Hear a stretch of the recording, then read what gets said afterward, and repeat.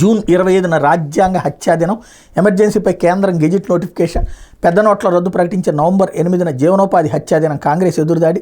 దేశంలో అత్యవసర పరిస్థితిని విధించిన జూన్ 25న ఇకపై ఏటా రాజ్యాంగ హత్యా దినం, సంవిధాన హత్యా దివస్గా జరుపుకోవాలని కేంద్ర ప్రభుత్వం కీలక నిర్ణయం తీసుకుంది. ఈ మేరకు గెజిట్ నోటిఫికేషన్ విడుదల చేస్తూ కేంద్ర హోంమంత్రి అమిత్ షా శుక్రవారం ఎక్స్ ద్వారా వెల్లడించారు. కేంద్ర నిర్ణయాన్ని కపట ప్రచార ఎత్తుగడ కాంగ్రెస్ పార్టీ విమర్శించిన 2016లో మోడీ పెద్ద నోట్ల రద్దును ప్రకటించిన నవంబర్ 8న తేదీన ఇకపై ఏటా జీవనోపాధి హత్యా దినం, ఆజీవికా హత్యా దివస్గా ప్రజలు జరుపుకుంటారు. దీనికి సంబంధించిన గెజిట్ నోటిఫికేషన్ కూడా త్వరలో వెలువడుతుందని ఎదురుదాడికి దిగింది అన్నటువంటి వార్తని రిలీజ్ చేశారు. ఖచ్చితంగా నోట్ల రద్దు తర్వాత ఈ దేశం బాగుపడింది.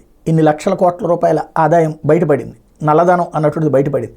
దాన్ని కూడా చేయండి, చేస్తేనే ప్రజలకు కూడా తెలుసుద్ది మంచి జరిగిందా చెడు జరిగిందా అన్నట్టు. నోట్ల రద్దు వల్ల పోయినోడు ఎవ్వడూ లేడు, దొంగ డబ్బులు దాచుకున్నాడు తప్పించి వాడు కూడా మ్యాక్సిమం సర్దుకున్నాడు.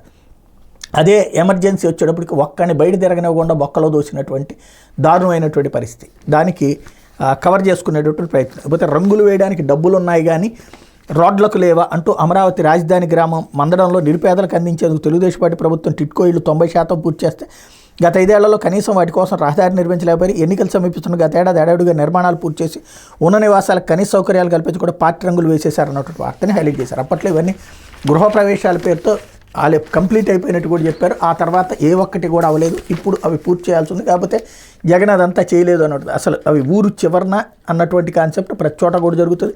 ఇప్పుడు ఈ ఇళ్ళు ఇచ్చినా జగన్ ఇచ్చినా ఫ్రీ ఇళ్ళు అయినా కూడా ఊరు చివరనే ఉంటుంటాయి. కాకపోతే అక్కడ రోడ్లు వేయడం అన్నటువంటిది ఖచ్చితంగా ప్రభుత్వం